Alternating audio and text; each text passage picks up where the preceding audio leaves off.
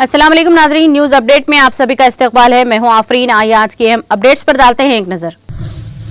वज़ीर-ए-आज़म नरेंद्र मोदी और रूसी सदर व्लादिमीर पुतिन के दरमियान हिंदुस्तान रूस 21वीं सालाना चोटी कॉन्फ्रेंस और पहली 2+2 वज़ीर ख़ारजा और दिफा की मीटिंग पीर को होगी।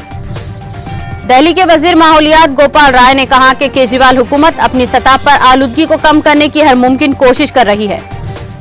मरकजी वजीर सैयद मनसुख मांडविया ने तमाम एजेंसियों और रियासती हुकूमतों के कोविड-19 की नई किस्म ओमिक्रॉन के खतरात के पेश नजर हवाई अड्डों समेत अवामी मुकामात पर इंफेक्शन की जांच करने के लिए बाहमी तालमेल से काम करने को कहा है। वज़ीर-ए-आज़म नरेंद्र मोदी याहू पर सर्च इंजन में सरे फेरिस्त है और किसान तहरीक सबसे ज्यादा खबरें बनाने वाला है, जबकि मंशियात की वजह से खबरों में रहने वाले अदाकार शाहरुख खान के बेटे आर्यन खान सबसे ज्यादा सर्च किए जाने वाले न्यूज मेकर्स की फेरिस्त में शामिल हो गए हैं। नायब सदर वेंकैया नायडू ने यौम बहरिया की मुबारकबाद देते हुए कहा कि कौम इनकी खिदमात की मखरूज है।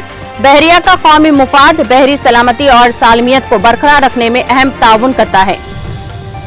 रियल एस्टेट कंपनी रहताज ग्रुप के खिलाफ तकरीबन 500 करोड़ रुपए की बैंक धोखाधड़ी मामले में सीबीआई ने उत्तर प्रदेश में लखनऊ, अयोध्या और गाजीपुर में छापे मारे हैं।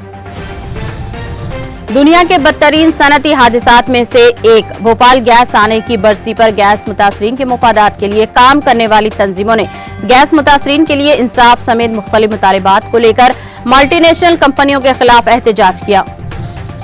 मणिपुर कांग्रेस के सदर एन लोकन ने कहा कि हुकूमत गो टू विलेज जैसे सरकारी तकरीब में इंतखाबी मुहिम चला रही है। न्यूजीलैंड के बाएं हाथ के स्पिनर एजाज पटेल टेस्ट तारीख में एक इनिंग में तमाम 10 विकेटें लेने वाले तीसरे गेंदबाज बन गए हैं। गुज़िश्ता 24 घंटों के दौरान मुल्क में हलाकत खेज कोरोना वायरस के 8,603 नए केसेस सामने आए हैं और इस वबा से मजीद 415 लोगों की मौत हुई है। न्यूज अपडेट में फिलहाल इतना ही। दीगर अपडेट्स के लिए जुड़े रहिए टीटीवी के साथ।